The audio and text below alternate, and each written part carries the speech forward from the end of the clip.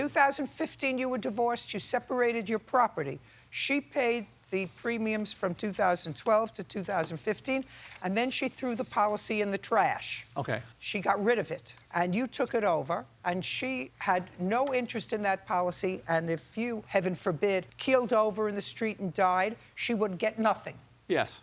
And everybody understood that. Yes. Yes. So now he decides to sell the policy, and you're in for a windfall because he requires your signature to...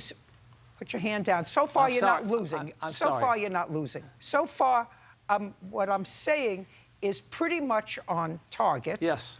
Okay, so we don't have to hear from you. In order to sell the policy, he requires your signature, right? Yes. Yes. And you've already thrown away the trash. Right. And you say to him, you want my signature? It's going to cost you. Yes. Just a second. You want my signature? You're going to pay for it. Well, that's the bargain. Not nice? I don't think so, because she had thrown away the trash.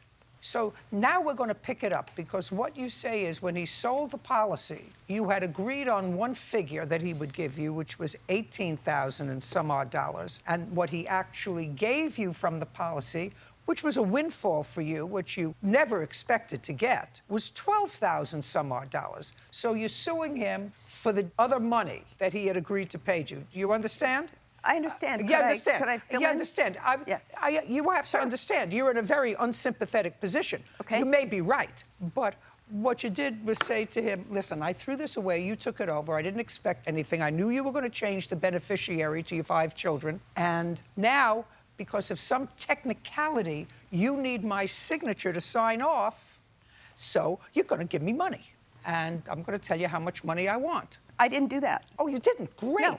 What did you say? Now, at that point, when he said, I need your signature, and you said, it's going to cost you, how much did you tell him it was going to cost him? I actually said, there was another letter before that, back in August, that he emailed me and asked me to type out, retype, and sign that was asking me to testify as the original writing agent that... Listen, do me a favor. Yep. Don't complicate this any further. It doesn't Okay. have to be complicated. Right now, that's what this case is about. Okay. It's about you wanting the difference between what you say you agreed to with him and what he gave you from this trash that you had thrown away. Well, originally, Okay. when he was asking me for a letter, it was different. But anyway, Get to I the said, point. just make me an offer. Any kind of an offer, it's valuable to you, make me an offer. And he was saying, I'm not even going to sell it. I don't plan to sell it. I just want your signature on this letter. I said, I don't think that's true.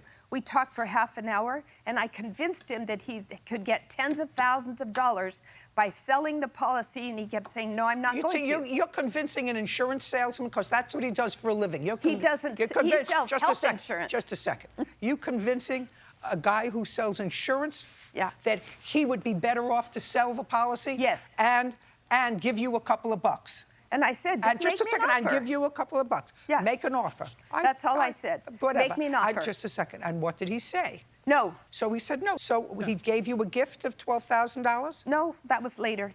I didn't know any money was coming. Get to later. Okay.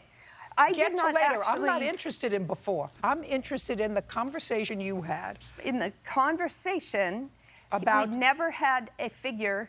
In the conversation, no figure to me was ever stated. Is that what you're saying, that no figure was ever stated? In the phone, in the conversations, yes. I want you to get to the point where a figure was stated.